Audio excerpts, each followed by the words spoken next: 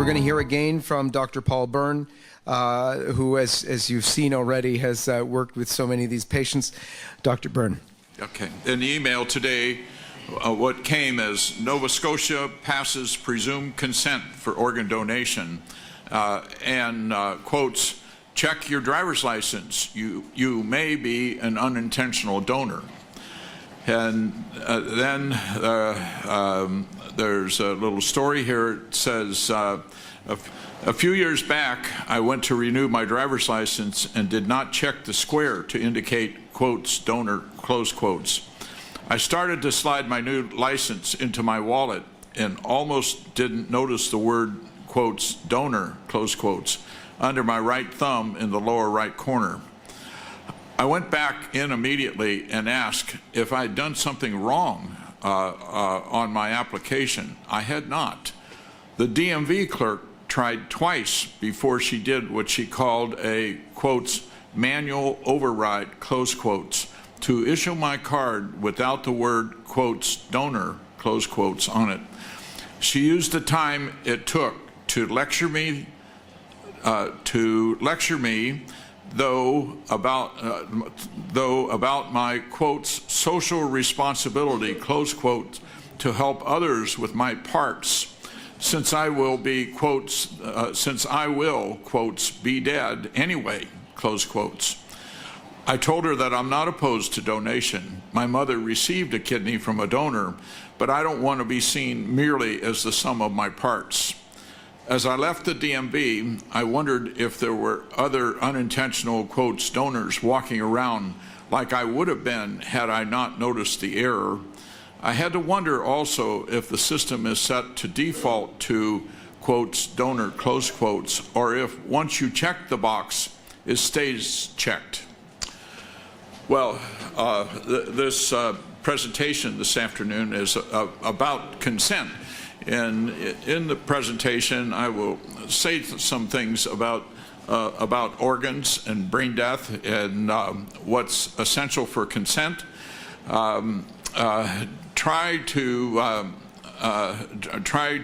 separate some things out about opt-in and opt-out. And after all, if you opt out, what are you getting into? Some things about the donors. I'll also say some more about the apnea test procedure. And then I have a recording of the beginning of a transplant that I'll show you. Because some people ask questions, well, do the doctors really know that these patients are alive? Well, you've already seen some indication that they're moving around and other things. So obviously they're alive, and when you get somebody like JPII, who was declared brain dead, has a death certificate, and then can raise her thumb with a command, she's not a resurrection. She was not a resurrection. She was never dead. We have to talk about presumed consent, some things about the relatives, also make a comment or two about Pope John Paul II and the Catholic Catechism, try to clarify things like explicit consent, and eventually show you a way to opt out. Organs are what we're talking about in terms of organ transplantation. Have to separate between organs and tissues. The basic unit of biology is a cell, and groups of cells make up tissues, and groups of cells and tissues make up organs, and the organs, there's an interdependence of organs and systems that maintains the unity of the body. So for organs to be transplanted, they have to have a circulation right up to very close of the time when they take that organ out. Without circulation, the heart and the whole liver are so damaged in 4 or 5 minutes, they're not suitable for transplantation. The kidney's a little bit longer, but every organ that's taken for transplantation is a healthy organ, and it comes from a living donor. There are essentially no organs that you can get from a cadaver. The main source of organs are from brain-dead donors, and what brain-dead means is that they have a beating heart and circulation. That's what they have, and of course they have a beating heart and circulation, and they're on a ventilator, so they have respiration, and the respiration is not only in their lungs, but via the circulation, it's in all tissues of the body.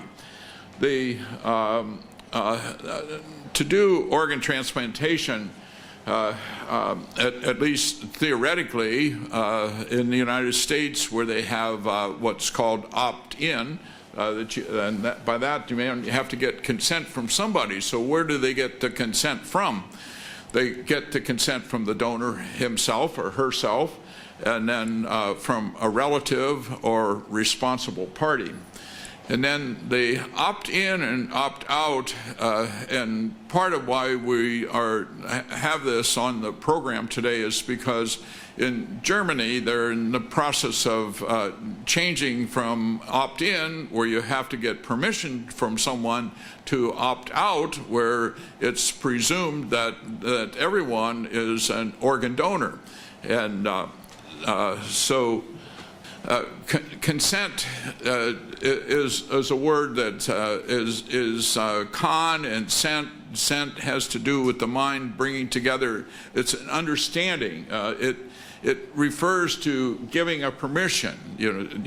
Asking for permission, giving the permission. It's an approval or an agreement.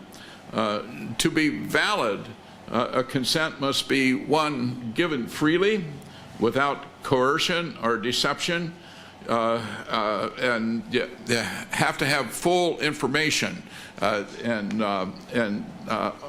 also the consent necessarily presupposes that a person has sufficient mental capacity to give the consent. They opt in. The organs are not taken unless and until there's a signature from somebody. There's a descending class of persons, and I'll show you that in a minute. And the opt-out, which is what they just passed in Nova Scotia, which is in the works in Germany, and they opt-out, it's presumed consent with the default to proceed unless an objection is registered. Now, presumed consent, is it consent? Because it's presumed, is it to the people that they take the organs from? Have they ever given consent? Do they know what it is? Or is it a fiction to call it consent? Is it a fiction to call it consent even where there's opt-in? And then the question is, are the brain-dead donors dead? I would tell you, and I think everybody here, and the presenters at least, would tell you that the brain-dead donors are not dead. Now, in the opt-out, they also have a hard category and a soft category. In the hard category, like in Austria, the family has no say. That it's presumed that they're organ donors, and if they're suitable candidates, they can get the organs. The soft is that they will proceed if the family does not object, and I understand that's the way it is here in Italy. So they ask the family, but what happens is that if somebody is young, and by that I mean less than 30, they're unconscious, I would say their life is in jeopardy, whether it's opt-in or opt-out. Opt-out is worse, I would say. There's a lack of transparency of information. Brain death is not clarified as to what it is. Brain death. The words brain death would be like brainwashing. Brain death is kind of like life insurance. Life insurance has nothing to do with life. It only has to do with death. Brain death has nothing to do with death. It only has to do with life. Everybody who's called brain dead is alive. And then it's utilitarianism. It's using the organs, using the people for other people. It's advertised as the gift of life. Give the gift of life. The gift of life only comes from the Creator, and so it's false advertising. It talks about life-saving. It's not life-saving for that person that they cut out their heart or they cut out the whole liver. It's not life-saving for them. If it's the heart or the whole liver, they have to have a beating heart and circulation right up to the time they take that organ out. When death occurs in an intensive care unit, what has been common practice, what has occurred for years, is that the tubes, the ventilator tubes, the IVs, they're disconnected, and the patient, the remains are taken to the morgue. That's not what happens in brain death. In brain death, the treatments are all continued. A lot of people think that brain death means to stop the treatment. No, brain death means to continue the treatment until you can find someone to give the organs to. And so it's different. So it continues, so that when somebody is dead, truly dead, then the remains go to a morgue. When somebody is brain dead, then the patient is taken to the operating room. And notice I said patient. I didn't say the remains. Taken to the operating room, where to get the organs, the patient is paralyzed. For quite some time, the patient was paralyzed without an anesthetic.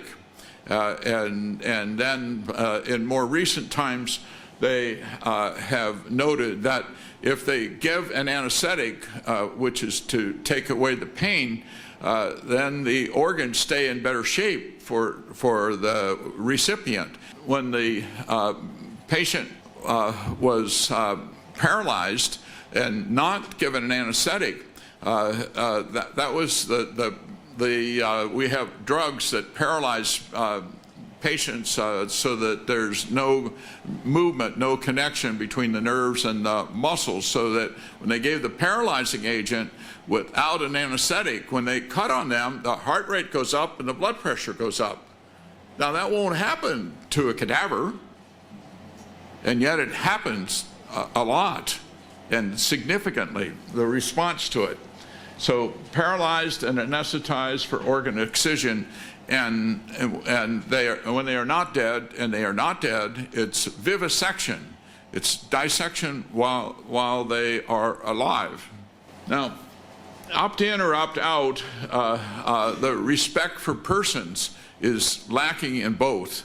You heard me say that they referred to JPII as a dead body, and it's that kind of thing. There's a recent movie, Breakthrough, where the doctors and the nurses went away from the young man, and the mother stayed there and prayed and then got another response. And so you see,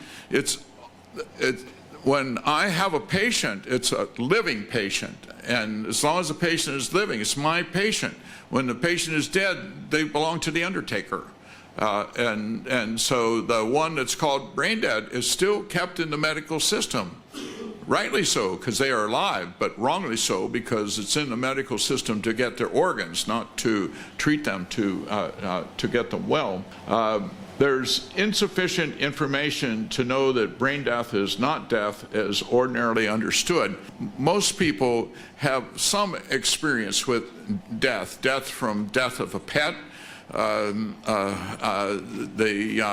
It can be from death of a relative. I was with a person recently who said, I was around 3 different people when they died. So they have some experience, and they know what that is. And death is once someone goes from being alive into being dead, they're different. And that difference can be told in human beings as well as in the dog or the cat. The so-called explicit consent is a word, and we'll get into explicit a little bit more in a minute.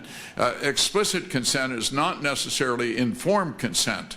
And so-called informed consent should have all of the information, but when they have this consent to get organs, there's much information lacking as to what's going on. Presumed consent, the opt-out legislation, which is what is in the works in Germany, which is already passed in Nova Scotia, which has been introduced in 2 states in the United States. It did not get passed in either of those two states, but they would like presumed consent. But presumed consent is essentially no consent. There's lack of transparency deprives the possibility of objecting to donating organs. If you don't tell people what's going on, then you can't get any objection.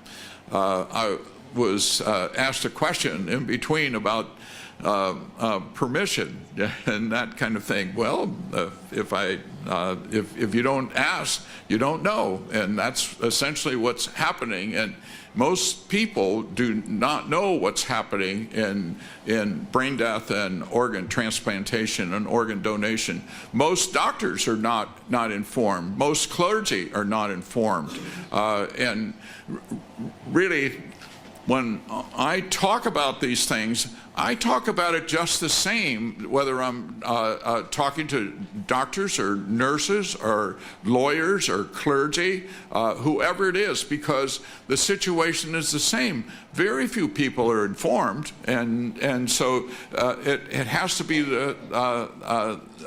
said in a very similar way. And I encourage you to learn about these things for yourself and for your friends and your neighbors, and you're going to have to get to work to take care of yourself and your friends and your neighbors. Potential donors, where can they find out that the brain dead have a beating heart? Some have brain activity. You heard about the ADH, the hypothalamus, and how when in France, when they first came up with this coma de passé, they had to be opposite of having ADH, antidiuretic hormone, produced by the pituitary hypothalamus. Some of the patients have that. If they don't have it, they lose water, and you have to take care of them differently. And then the movements, they put them off as, oh, that's just a reflex. You saw those things with Takesha moving? That's just a reflex, they say. That's not purposeful. They have words like this to discount things that would clearly indicate to anybody with any common sense that that's not death, that someone is alive. And then I told you about the increase in heart rate and blood pressure when the incision is made. Now, the apnea test procedure, and I call it an apnea test procedure. It's listed as just an apnea test is how it's listed, but it's really a procedure. The difference would be a test. If you go to get a blood test, they take something from you and analyze it. If you go to get an X-ray, a CAT scan, they take a picture and they analyze it. But in the apnea test procedure, the patient's on the ventilator and they take away the ventilator.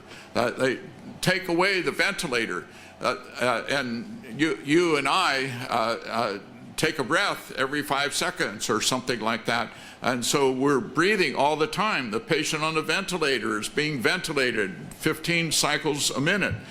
They stop it. They stop the ventilator and to see if they'll breathe on their own. And that they don't stop it for 30 seconds or a minute. They stop it for 10 minutes. For 10 minutes, they're without getting rid of any carbon dioxide.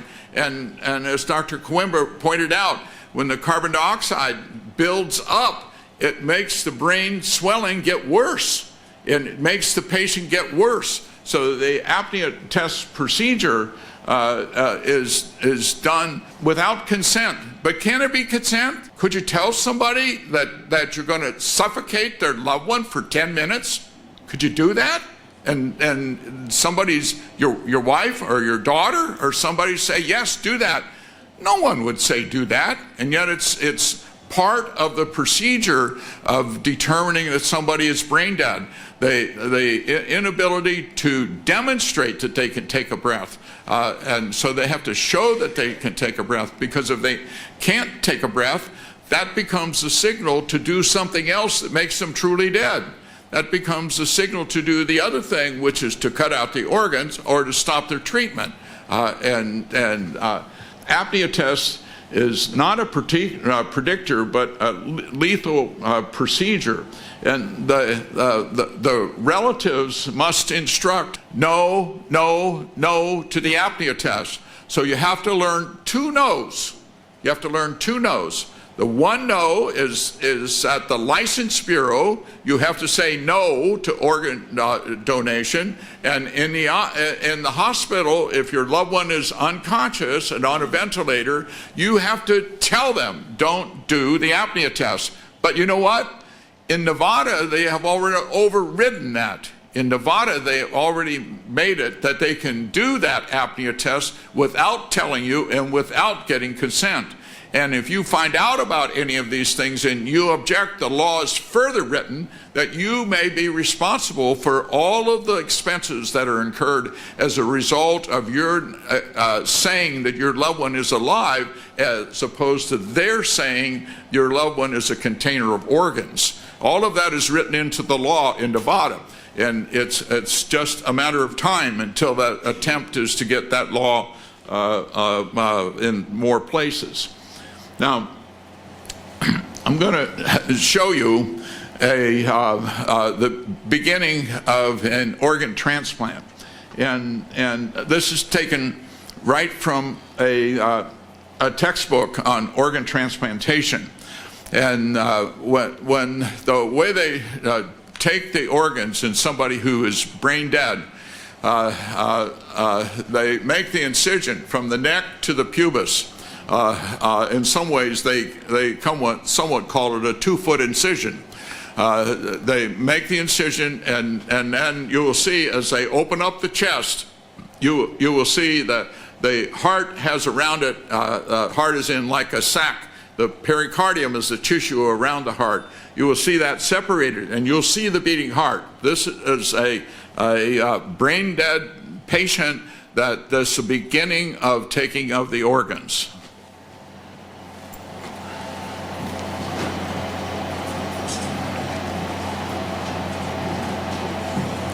The tissues are pink, as you can see. This is how the sternum is separated in an operation. A self-retaining retractor can be used, and the pericardium is divided to expose the heart and the pericardial cavity. The falciform ligament is divided. You see the beating heart. And so somebody said, well, do the doctors really know? Let me tell you, everybody in the operating room sees that beating heart. They all know. They all know. Not only that, but I can tell you 2 cardinals that I showed this same thing to. So I know there's at least 2 cardinals have seen this procedure. They know too. Question is, who's going to do something about it? Now, why the consent can't be presumed? At first glance, presumed consent seems to be commendable because it seeks to reduce the lives to reduce the loss of lives of patients on the waiting list who could have been saved through organ transplantation. And then you hear about post-mortem and after death.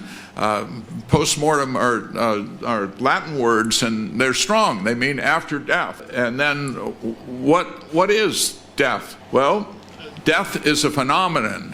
What is a phenomenon? A phenomenon is something that you can see that you get from senses, and you can know it. And death is a biological phenomenon. Death is a biological phenomenon and should apply equally to related species. When we talk of the death of a human being, we mean the same thing as we do when we talk of the death of a dog or a cat. A biological organism, a living organism that becomes dead. It's very, very much similar. It's a phenomenon that you can observe. Well, you go into the intensive care unit and they tell you that your loved one is dead, but they're warm and they're pink and their heart is beating. How could you do something to a dog that was like that? And yet they do it in human beings. This term phenomenon there is in accord with the ordinary use of the term death, tradition, social, and religious practices. Donation information, it's unlikely that the relatives are provided with crucially relevant information about brain death and organ removal. Why not?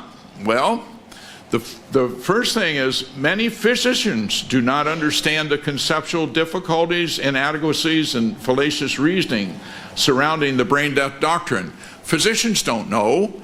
Physicians are not informed. I've been on a faculty of a medical school since 1961.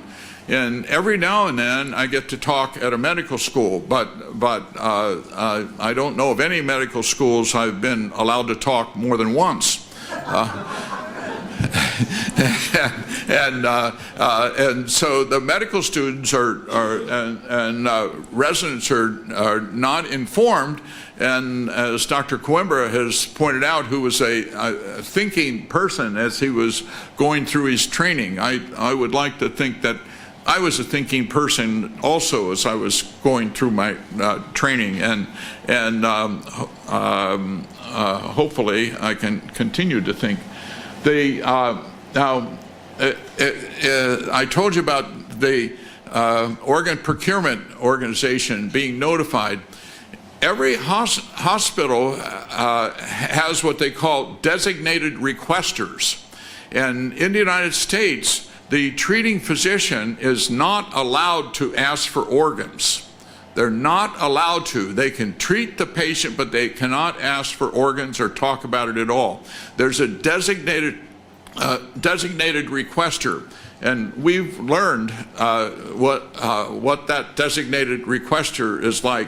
More often, they are ladies, more than men. They often are dressed nice with a nice suit. They're very calm. They're very caring. They will get you a cup of coffee. They're observing the family. We've learned that, and oftentimes the family's not on the same page. When I get involved with trying to help somebody who's very sick, I try to find out whether they're on the same page and they all want their relative to live or to get treatment. But often there's somebody who is weaker, and the men are, what I've observed, it seems to me, the men are weaker than the women. And then what they do is they separate them. And then they work on the weaker one. And then once they get the weaker one to say, yes, they ought to give the organs, then that one has to then go back to their other relatives and get them to consent. So it's unlikely the transplant coordinators or the OPO personnel or the pro-brain death physicians would offer the family an unbiased picture on brain death and organ donation. Rather, skillfully persuade consenting This is a tragic situation, but you can make something good out of this. You can help 6 other people or 16 other people, whatever number that gets there. And then there are unwritten benefits to the hospital, like research grants. And another thing to the hospital, hospitals that are involved with this have to have a certain number of patients. And if they don't have that number of patients, they lose their qualification to be a transplant center. So there's promotion of organ donation, and then the financial incentive. Dr. Coimbra mentioned something about that, but the Milliman report, which is an insurance report that gets done on organ transplantation every 3 years, and 2017 is the most recent year. $34 billion was billed in 2017 for organ transplantation. Organ transplantation is a multi-billion-dollar industry, and it's run by the federal government in the United States. The federal government says, oh no, we don't run it, but they have other organizations, UNOS and that kind of stuff, and they ultimately hold what money goes out and that kind of thing. So the federal government runs it. It's $34 billion in 17. It was $30 billion in 14. And another year or so, we'll have another set of numbers and see what that is. The relatives of the brain dead patient see the patient on the IV, on the ventilator. The patient's warm and pink, has a beating heart, yet told with no uncertainty that their loved one is already dead. It doesn't sound correct to them, which further compounds their grief and distress. They don't understand it. The ventilator, by the way, the correct term for that machine that is often called a respirator, the respirator doesn't respirate anything. The ventilator is the name of the machine that we use in the intensive care unit to help patients to breathe. And the ventilator is a piece of equipment that pushes air in. That's all it does, it pushes air in. It doesn't do anything else. And then it stops pushing it in. And then the other phases of breathing, like the oxygen going in and then being in the blood and circulated to the tissues, and carbon dioxide being picked up and brought back to the lungs to go out to the environment, all of that happens because of a living patient, a living person. That doesn't happen in a cadaver. So the ventilator only moves the air in. And actually, the way that we breathe is that the muscles of our chest wall and the muscles of the diaphragm contract, and that makes the chest get bigger, and then the air goes in, and the way we breathe, we don't have to do anything to make it go out. So our lungs are kind of like a rubber band. If I had a rubber band laying here, it wouldn't do anything, and I pick it up, and so I stretch it, and then I let it go, and it bounces back. How does that work? And who made it bounce back? I made it bounce back. How did I make it bounce back? Because God made rubber so that when you stretch it, it stores energy, and when it stores energy, then it can contract and push it out. That's the way we breathe. That our muscles contract, air goes in, and then the muscles of our chest wall and diaphragm store energy, and then that's what pushes it out. It's what happens with the ventilator too. The patient's on the ventilator, unconscious person or ventilator, have pneumonia, asthma, whatever they have. The ventilator pushes the air in, and then it stops pushing the air in, but the tissues of the living person stores the energy and pushes it out. It doesn't work in a cadaver. If the ventilator works, it's a living person. The relatives of the brain dead, they're told it's a way of finding meaning of death by making the best of a tragic situation. They find consolation in the fact that some concrete good has come of their loss. Now, Pope John Paul II wrote some things that were supportive of organ donation, called it a gift of himself or herself. It fulfilled the constitutive calling to love and communion, to project beyond death their vocation to love. But he didn't leave it just there. He said, if this is going to happen, it has to be performed in, quotes, an ethically acceptable manner. How can that be ethically acceptable to do what I just showed you, to cut open the chest and see the beating heart to get the organ? How can that be ethically acceptable? It must promote the integral good of the human person. And when you're talking about organ donation and transplantation, you're talking about two persons, the one that you're taking the organs from and the one that you're giving the organs to. So it has to be for the good of both persons. He said the body cannot be considered a complex of parts. Parts, by the way, is the word that's in all the laws so far as organs are concerned. They're called parts. When I worked as a mechanic, I went to the parts store to get replacement parts. And so when I read those things about calling organs parts, it bothers me a whole lot. I've done a lot of parts stores when I was a much younger person and worked as a mechanic. Those organs are special, and they're not parts, but called that. Pope John Paul II said there had to be full and explicit consent. You see, there's the word explicit. And then, furthermore, Pope John Paul II said that vital organs that occur singly can be removed only after death. And then he went on further to say the obvious, if you did it before that, you would cause the death of the donor. Now, Pope Benedict said something very similar. John Paul II said vital organs that occur singly can be removed only after death. Pope Benedict said that unpaired vital organs cannot be extracted except ex cadavere.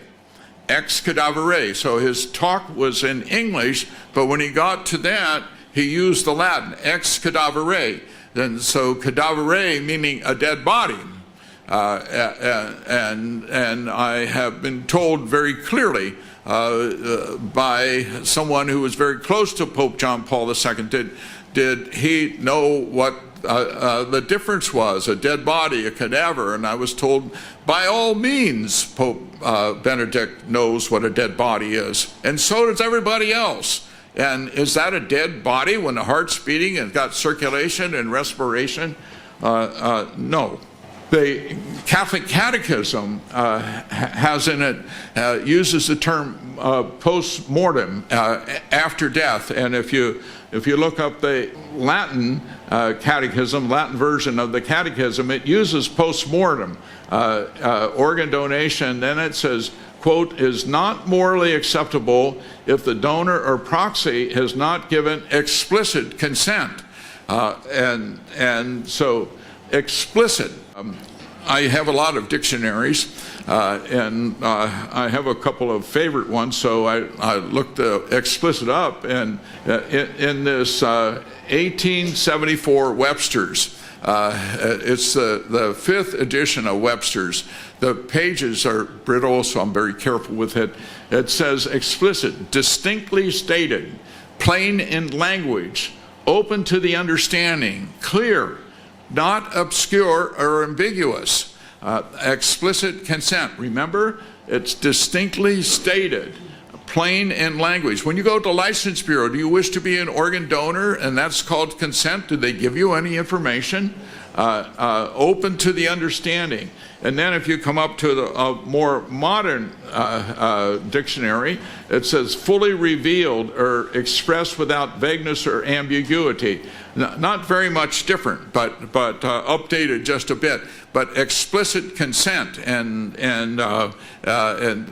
that's when the church is using explicit consent. They made fully understood, but that's not given to donors very often. Where do you get consent? The consent at the driver's license. Do you wish to be an organ donor? They give you no information. Some places have a donor registration card. And then there's an advance directive. an advance directive is a living will or power of attorney. Living wills have nothing to do with living. Someone makes some determination about their health care sometime in the future, but they violate two basic principles of medicine. One basic principle of medicine is we gather all the information we can gather before we make a decision. The second basic principle is that we try to use the most up-to-date, the most current, the best information we can get. When you make a decision today, don't want a ventilator 5 years from now, that's completely wrong and impossible. So I would say no one should have a living will. The other kind of advance directive is a power of attorney for health care. And in that power of attorney, you can indicate that you want to be an organ donor. In the United States and Italy, it's the opt-in situation, at least insofar as getting permission from someone. And then there's no organ removal unless the family or the person designated as a proxy consents to donate the patient's post-mortem organs. And of course, they're not truly post-mortem. Now, in the United States, there's a descending class of persons. These things, they get the organs in the United States through the Uniform Anatomical Gift Act, which has already been passed in 47 of the 50 states. And the Uniform Anatomical Gift Act basically is that it presumes that everyone intends to be an organ donor, in the sense that it allows for any test to be done to determine if the organs are suitable without any permission, and it allows for everything and anything to be done to keep the organs in good shape until they can find someone to give the organs to, and then they have to have consent to take the organs. So you remember, it's the opt-in policy. You have to get consent from someone. So where do you get it? You get it from the decedent. It's called decedent according to the law. And then if they haven't donated, they can ask the spouse, an adult child, a parent, a sibling. These things are all left over from the permission to get autopsy. First, it was in the laws to get autopsy, and then they just used the same language when they got into the Anatomical Gift Act. And then later on, they added grandchild, grandparent. And then look at this one, number 8. Is an adult who exhibited special care and concern for the decedent. And so that can be quite a lot of different people. And then guardian is there. And then if they don't have any one of these, then the person who has the responsibility to dispose of the body. That can be the coroner or the hospital administrator. Not too many years ago, there was a young man who worked in a restaurant and was found unconscious on the street. And they called his mother and father and didn't get an answer, so it went through that descending class of person, and the hospital administrator was able to say, yes, take the organs. And then his organs were taken very quickly, and then after that, then the parents found out that what happened to their son. I was giving a talk in New Jersey when somebody in the audience brought that to my attention. The personalistic norm is the way that we're used to. That is the specialness of the person. The person is the kind of good that does not admit to use. We can't be using other persons, use them as a good that way. They cannot be treated as an object of use, cannot be treated as a means to an end, and then the person, it quotes, is a good towards which the only proper and adequate attitude is love. Now, the interest of individuals prevails over science and society. Max Simon, 1845, quite a while ago, said, one cannot not stress this principle enough. The most indigent patient, even as the most useless to society, cannot be subjected to experiments that could endanger his life. Perish science rather than such principle. I think that that's probably, I would say that's the way that I learned medicine. The Pope Pius XII in 1952 teaching said, this means no one, not even the individual, him or herself, may treat either his or her body or the organs as property that can be taken or distributed at will. And this is one of the reasons why the Church insists that explicit consent, understood in the sense of informed consent, is required in postmortem or organ donation. In secular medical ethics, there's respect for autonomy. Sometimes I'm not sure that it really works that way, because that is, the person should make decisions for themselves. But my experience is that even when persons want to make a decision, unless the doctor wants to go along with it, it still goes along with what the doctor wants to do, although autonomy gets propagated a lot. And then beneficence and non-maleficence, that is doing something good for the patient and not harming the patient. And in principle, it's primo non nocere, first do no harm. That's from the Hippocratic Oath. And a lot of people think that the Hippocratic Oath is taken when a doctor graduates from medical school. And it was when I graduated from medical school. But the Hippocratic Oath in the United States has not been taken, essentially not taken, since 1973. Because the Hippocratic Oath says you cannot do an abortion. And in the United States, abortion is legalized throughout the entire 9 months of pregnancy. As of Roe v. Wade, happened in 1973. The donation and transplantation, the donors and recipients must be informed. Donors of organs have circulation, respiration, and a beating heart when cut into. Pope John Paul II said that you had to have these things worked out before the initiation of the transplant process, that kind of thing. So when they're cut into, they all have beating heart and circulation. When they give the heart, when they get done, the heart's beating, but it's beating in someone else. Incidentally, the beating of the heart is intrinsic to the heart. It doesn't depend on the brain.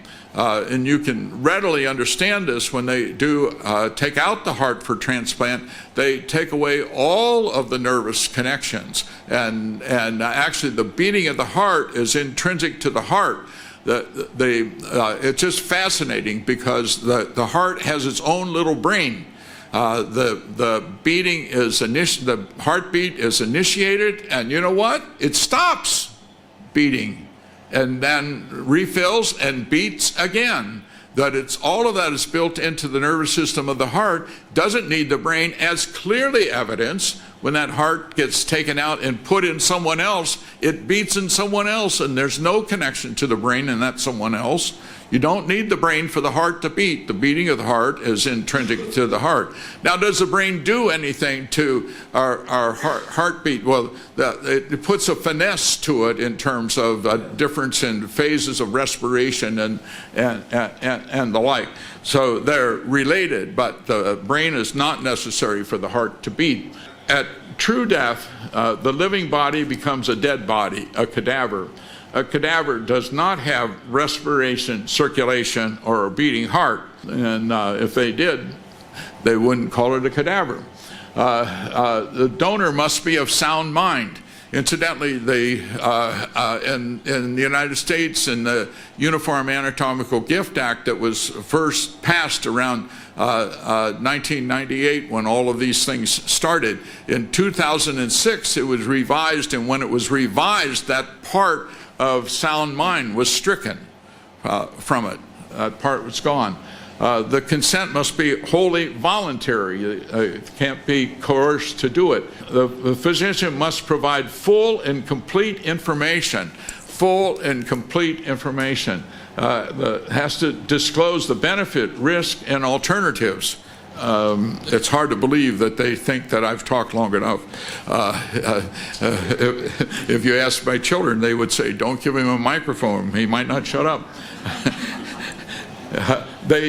Brain dead and opt-out, common to both is lack of information, lack of transparency. It's a mischaracterization to say donation after death. That's to make it palatable to the general public. It's clever use of saving lives and the gift of life. Consent, lack of transparent disclosure of crucial information about brain death interferes with people's ability to act as autonomous agents. It directly contradicts respect for autonomy and the personalistic norm. The default is far worse in the opt-out than in the opt-in system, since in the absence of any clear decision of the individual during life, the opt-out proceeds with organ removal, whereas the opt-in does not. What then is the motive why so many European countries have adopted the opt-out legislation? It's to get organs. More important is the following question. If explicit consent for organ removal under the opt-in legislation is not informed consent, then in what way can presumed consent qualify as a consent? Or put simply, is the concept of presumed consent defensible? What needs to happen? Full and complete information has to be given. Not dead when taking of organs begins. Brain dead is not post-mortem organ donation. Explicitly given a mechanism to refuse, which means to opt out of organ donation. Focus on the God-given life. Yes, I'm going to be done in a minute. Focus on God-given life, and then you have to have a mechanism of refusal. And here's what we give you as a mechanism of refusal. It's a medical opt-out card to protect and preserve life. It says, I direct all medical treatments and care, including nutrition and hydration, however administered, be given to protect and preserve my life. Do not hasten death. Do not do an apnea test. Do not take any organs for transplantation or any other purpose. Thank you very much.